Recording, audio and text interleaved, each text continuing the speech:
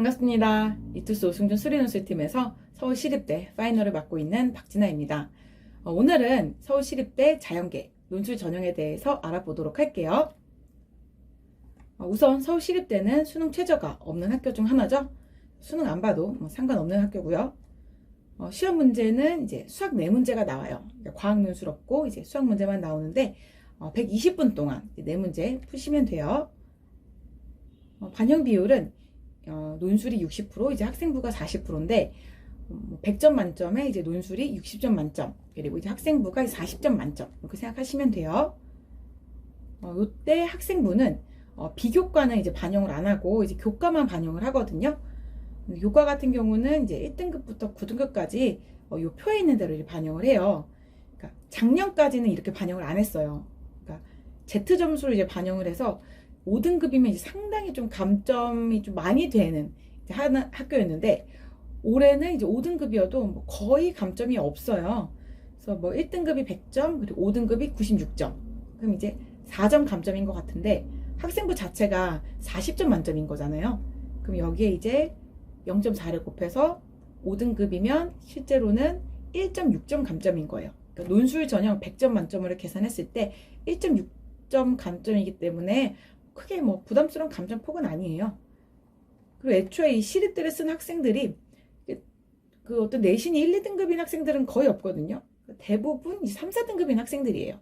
3, 4등급을 기준으로 생각을 해서 내가 몇 등급 몇 점 정도 감점인가 계산해보면 거의 뭐 미미한 점수일 거기 때문에 크게 신경 안 쓰셔도 될 것 같고요. 출제 범위는 이제 기하가 출제가 안 돼요. 그렇죠? 이게 올해 어떤 그 수리 논술에 되게 중요한 이슈 중 하나가 이제 기하가 이제 수리 논술에 나오느냐 안 나오느냐 요거였는데, 연대, 성대, 이대는 기하가 출제가 되고 그 세 학교를 제외한 이제 나머지 대학들은 이제 기하를 이제 안 내겠다라고 발표를 했어요. 그래서 이제 뭐 수학, 수학1, 수학2, 확률과 동기, 이제 미적분 요 부분에서만 이제 출제가 돼요.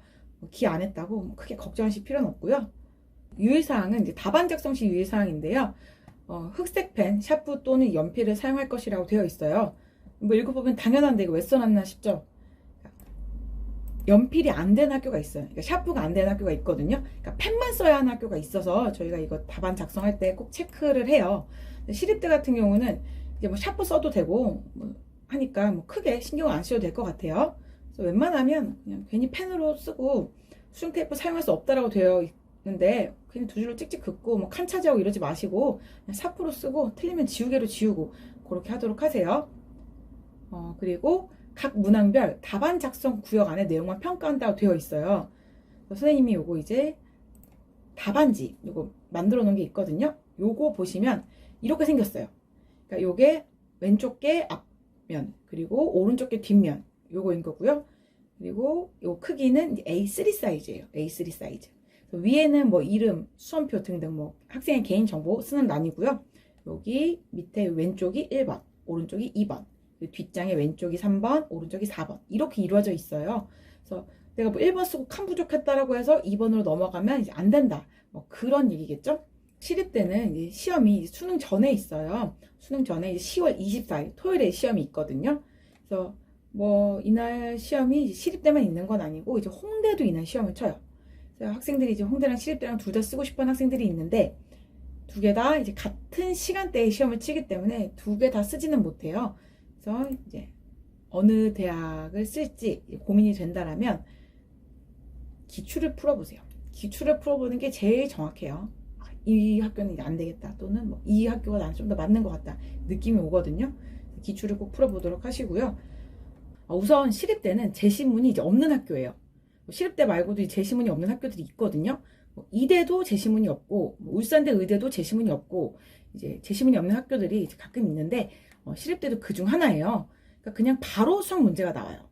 작년 기출 이거 같이 보면 아시겠죠? 제시문 전혀 없어요. 그냥 바로 그냥 문제 풀어라, 뭐 약간 그런 거예요. 그래서 뭐 낯선 상황이나 그런 걸 주지 않기 때문에 내가 그냥 알고 있던 어떤 그 수학적 지식 이용해서 그냥 문제 해결하시면 돼요. 그리고 아까 말씀드렸지만 120분 시험이잖아요. 그럼 한 문제당 30분씩이에요.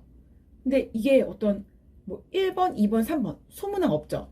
4번은 이제 소문항이 있긴 있는데 1번, 2번, 3번 소문항이 없단 말이에요. 그럼 이 한 문제 자체에 30분을 쓰라는 건데 그건 상당히 이 문제가 그렇게 간단한 문제는 아니란 뜻이거든요.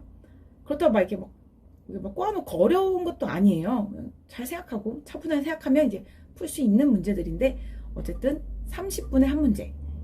그거는 시간을 많이 준 건 아니고 한 문제 한 문제가 이제 완전 간단한 문제는 아니구나. 약간 생각을 요구하는 문제구나 생각을 하셔야 돼요. 시립대 문제 중에서 이제 소문항이 있는 문제가 있어요. 이런 경우에 소문항이 많지는 않고요. 이제 2개로 이루어져 있는데 제가 여기 최근 3개년 소문항 있는 문제들 가져왔어요.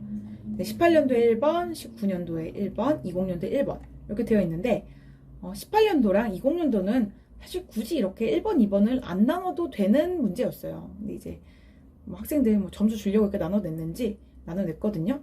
18년도는 그냥 1번 단순 계산이에요.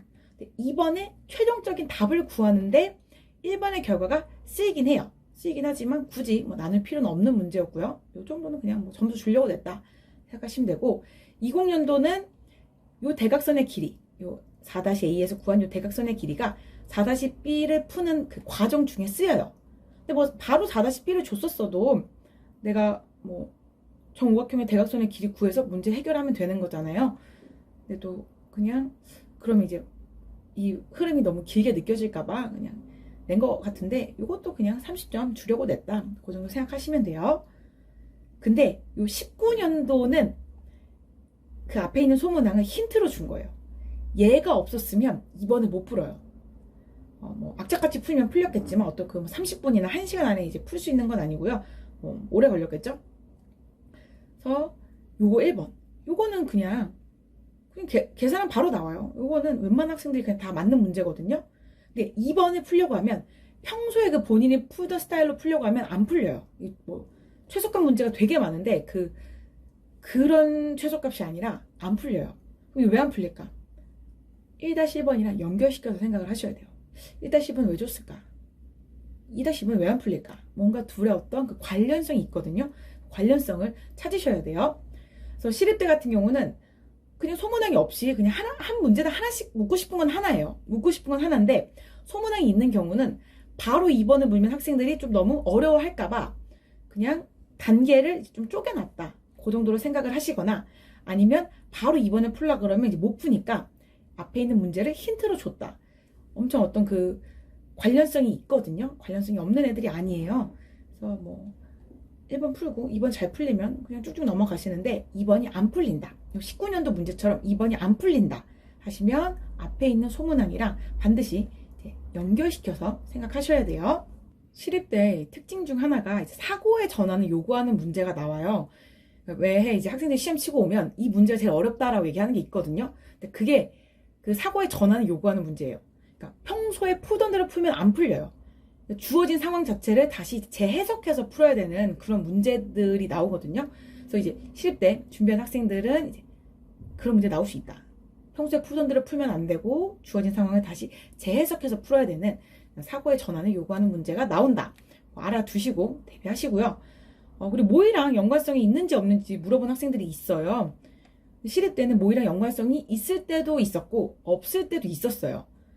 독립적인 거죠. 이제 모의랑 연관성이 있을 때도 있었으니까 모의 기본적으로 이제 분석은 해 두셔야 돼요. 그리고 이 빈출 단원은 이제 작년까지는 이제 기백이 출제가 됐었잖아요. 올해부터는 기하지만. 그래서 보면 미적, 확통, 기백이 무조건 이제 한 문제씩 나왔어요. 그리고 요 나머지 한 문제가 뭐 미적일 때도 있고 기백일 때도 있고 또는 이제 뭐 수완수투에서 나올 때도 있었어요. 근데 전반적으로 이제 미적, 확통, 기백이 골고루 출제가 되고 수완수투 올해 기준은 이제 수학수원이죠. 거기서도 이제 골고루 출제가 되는 편이라서 어떤 내가 특정 단원을 못해서 이제 피하고 싶다. 학생들이 자기 경우의 수 이제 너무 못하겠다고 이제 뭐 경우의 수 안 나오는 확통 안 나오는 학교 추천해달라고 하는데 시립대는 그냥 다 나와요. 나온다고 생각하시고 하셔야 돼요. 특히 올해 기하가 빠졌기 때문에 미적이랑 확통은 이제 무조건 한 문제씩 깔고 간다라고 생각을 하셔야 되고요. 나머지 두 문제가 아무래도 이 미적이 좀 빈출이니까 이만한 미적 한 문제도 나오지 않을까 싶고 나머지 하나는 이제 뭐 수원수투, 뭐 수열이라든지 그런 파트 나오지 않을까 싶어요. 이제 뭐 수학이랑 수원 그쪽 파트 또 이제 잘 보도록 하시고요. 시립 때는 수능 전에 시험이 있기 때문에 좀 이제는 시작을 하셔야 돼요. 더 미루면 안 되고. 근데 이제 공부를 할 때 뭔가 기출 문제를 먼저 풀지 마시고요.